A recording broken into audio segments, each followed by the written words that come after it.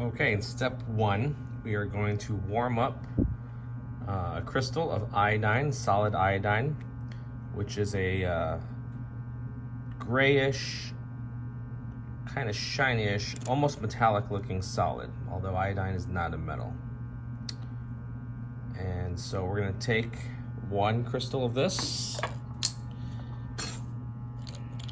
I'm going to see if I can fish out just a small chunk.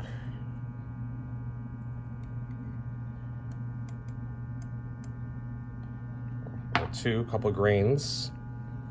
I'm going to dissolve it into 5 milliliters of water. I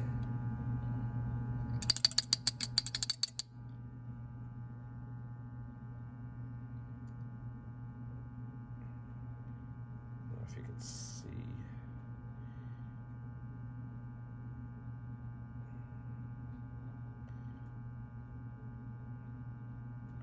A solid grain in there. Maybe I'll put another.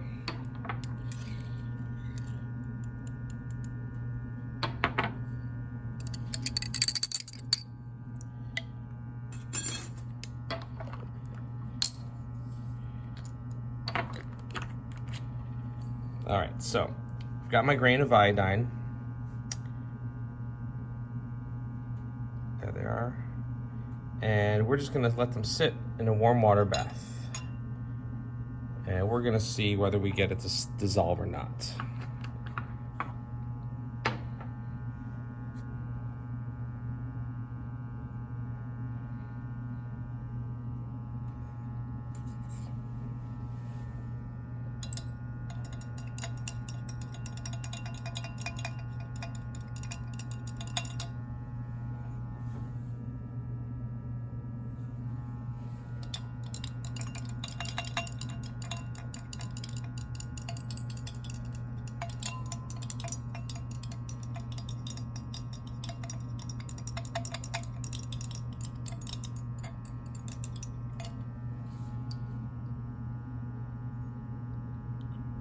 So as you can see, we've got a yellowish color in the water. The solid grains are still there. So we've got some very, very minimal dissolving. Got a light yellow, light brown appearance, kind of orangish appearance, but not altogether too soluble. Okay, in step two, we are going to dissolve a grain of iodine in hexane this time. And we're gonna see what happens. So let's kind of fish out a little bit of solid iodine.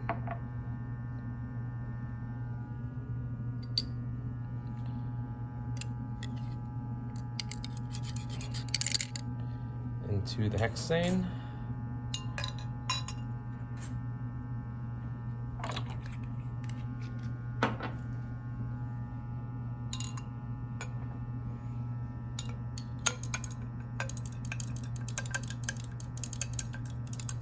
And almost right away, you can tell we've got a very, very magenta solution. And it dissolved almost completely and almost immediately.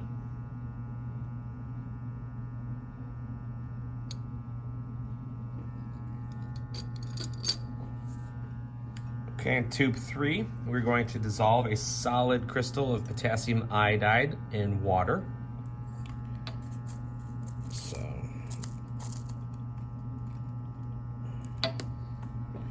take a chunk of potassium iodide and drop it into the test tube.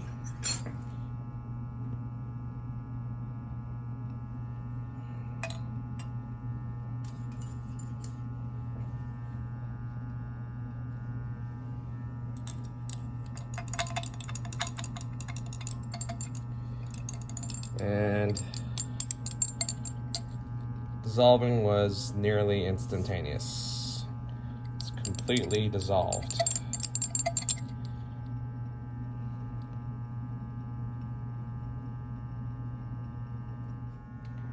Okay, in tube 4, we're trying to add some solid potassium iodide to hexane.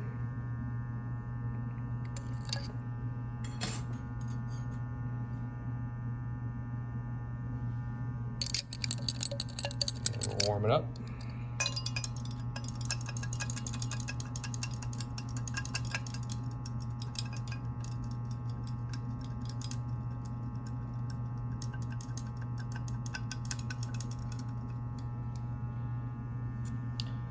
Now the hexane has a lower boiling point than water, which is why you see so much bubbling.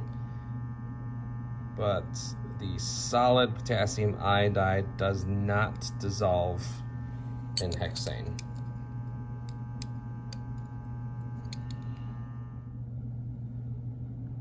All right, so this is step 7. We are going to take the contents of tube 3 and mix them with the contents of tube. So as you can see, the results of adding tube 3 and tube 1 is that we have a orangish, darker, it's not yellow anymore, it's more of like a darker orange.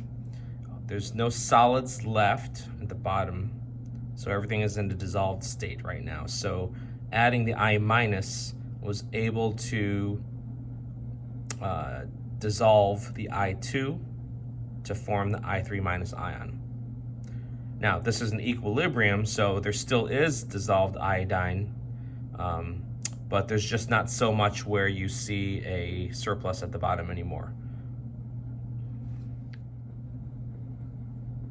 Okay, so this is step 8. We are going to combine tubes 1 and 4.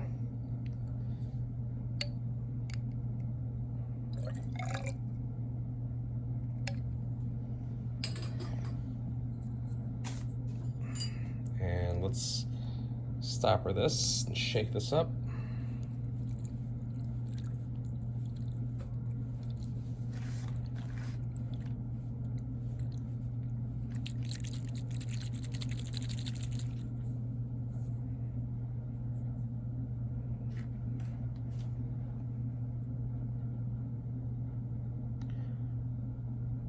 So we see separation of layers. We've got a clear layer on the top, magenta. That clear layer on the top is the hexane layer, which is less dense, which is why it sits at the top. It's magenta because there is some dissolved molecular iodine, some I2 dissolved in hexane. And the bottom is the aqueous layer, and that's where the ions are dissolved, specifically the ions I- and I3-.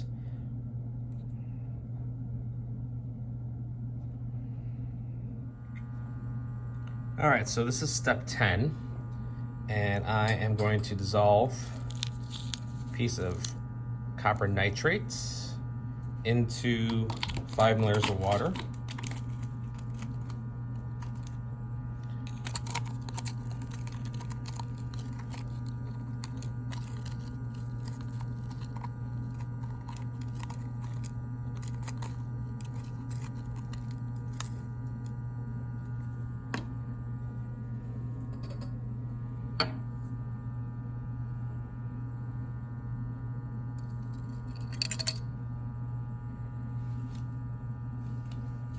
So we're going to warm that and dissolve that.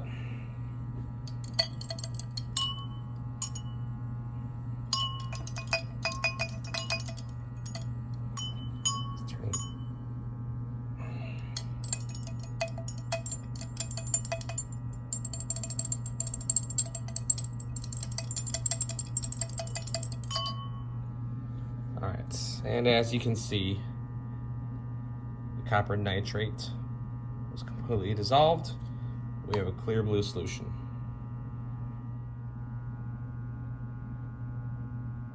Okay, this is step 11, and we're going to try to dissolve some copper nitrate in hexane. So I'm going to fish out a chunk of copper nitrate.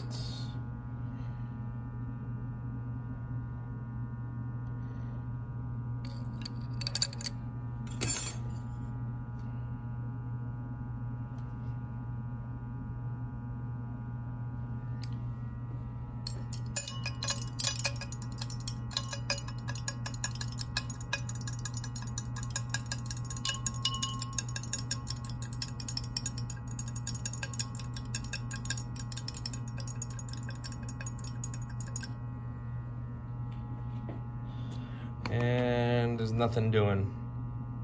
Copper nitrate is not soluble in hexane. All right, so this is step 12, and we are going to dissolve some potassium iodide into water.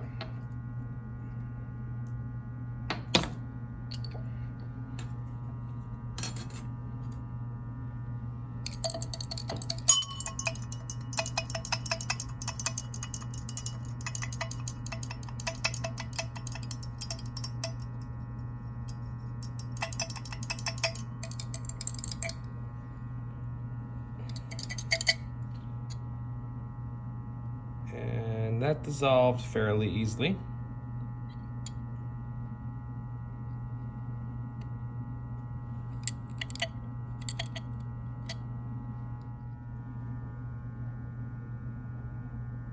All right, so this is step 13. I've got concentrated ammonia, and I'm gonna add some solid copper nitrate.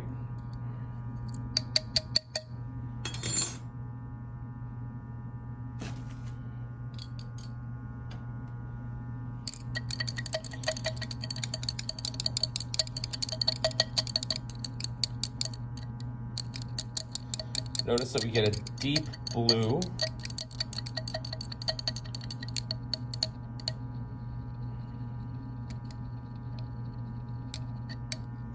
A little bit of cloudiness. I'm going to add a little bit more ammonia. All right, so I've added some more ammonia. And that's a recognizable deep blue that we saw in a previous lab. Stir to get it all dissolved, but basically I think I added too much copper nitrate. The chunk was too big, and that's why I had to add the additional ammonia. But the deep blue color here is what we want. We want everything to be completely dissolved, which it will be with a little bit more stirring.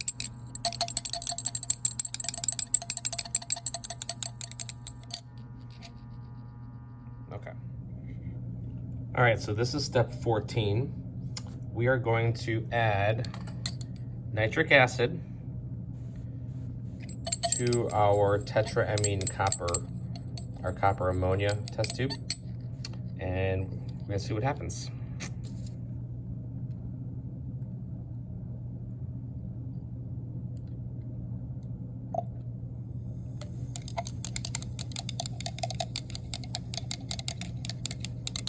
By adding the nitric acid, the nitric acid was able to bind with ammonia, so H plus and NH3, and that resulted in ammonium, NH4 positive. So by forcing a reaction to make more ammonium, we've reduced the NH3 concentration. If we reduce the NH3 concentration, the result that we see here is light blue. You might think about why the solution is no longer deep blue anymore. Now it's just light blue, just like the original copper in water. This is step 15. We are going to combine test tube 1, which is aqueous copper ion, with test tube 3, which is aqueous iodide.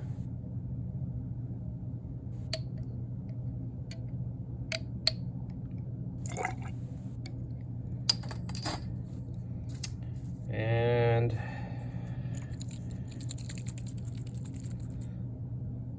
get a very unflattering kind of caramely milkshake color.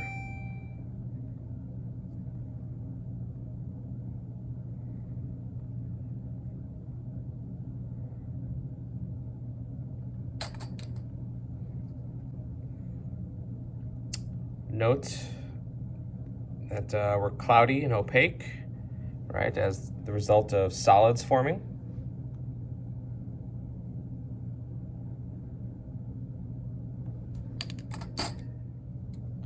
This is step 16. We're going to add hexane to tube 3 Tube 3, the one that produced that cloudy, yucky precipitate. The precipitate itself is tan. We got like that brown murky water above it. So we're gonna add hexane to this and give it a non-polar layer, and we'll see what happens.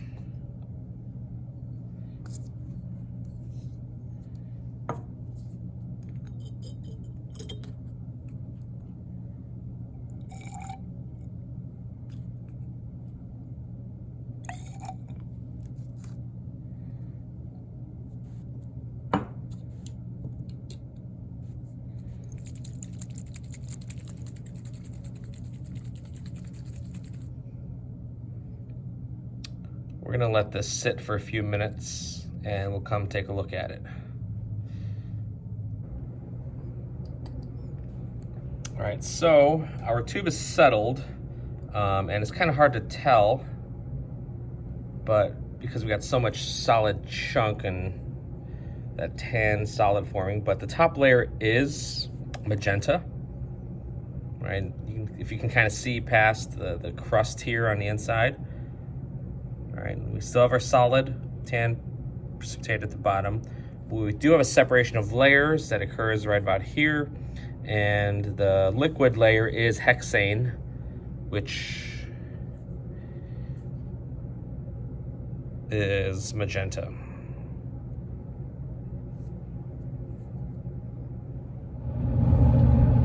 Now we've moved over to the fume hood because I'm going to be adding some concentrated ammonia, which is very pungent, and I don't really want to breathe a lot of this in.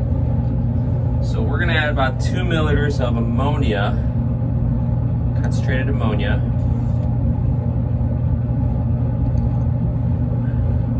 And we're going to shake this up and see what happens.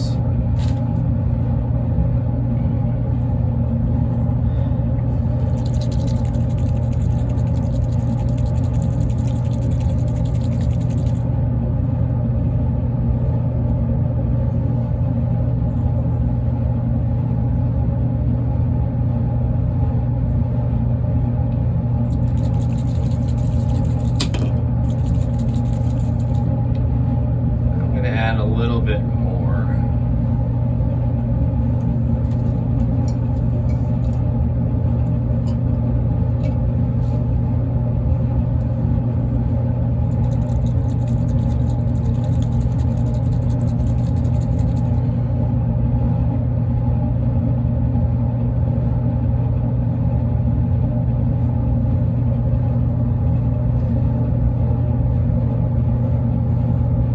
So we'll let this settle for a minute. All right, after sitting, hopefully you can see that we have a deep blue aqueous layer at the bottom. And the non-polar layer has a tinge of color to it, but that might be obscured because there's all this crust on the test tube. It's actually pretty clear. If we hold it up to something white, there's not a whole lot of color in that top hexane layer. Most of the color is the deep blue, and it's in the bottom aqueous layer.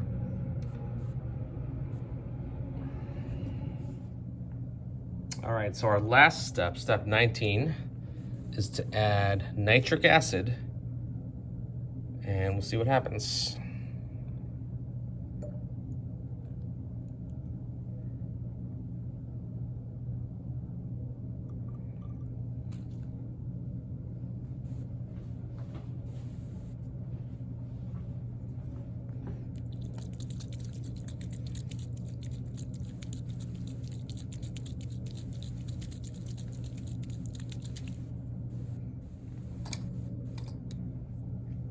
All right, so after sitting, I don't know how well you can see, but we do have lots of the solid, the tan, that's copper iodide, copper 1 iodide sitting at the bottom.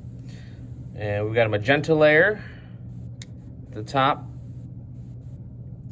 which is obscured by a lot of the solids. It's kind of spread throughout the entire tube, but the magenta layer is there. And then we've got brownish liquid throughout.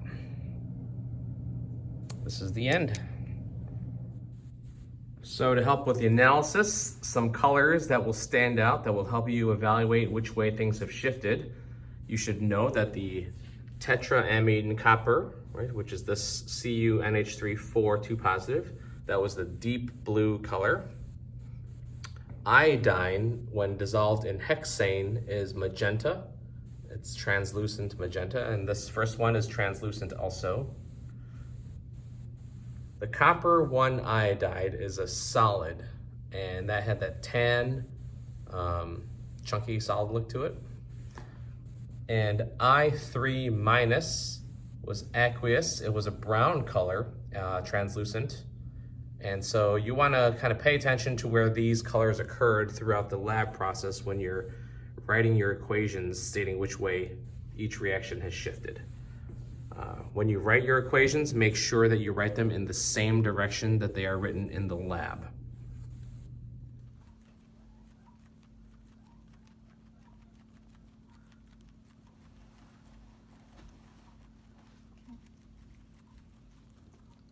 Okay. Want to see him finish that entire blade of grass? You know, you're recording our whole conversation. Don't get me. I'm putting him down. He's slipping. He does not stop. Look at that tongue. Ellie. He's offended.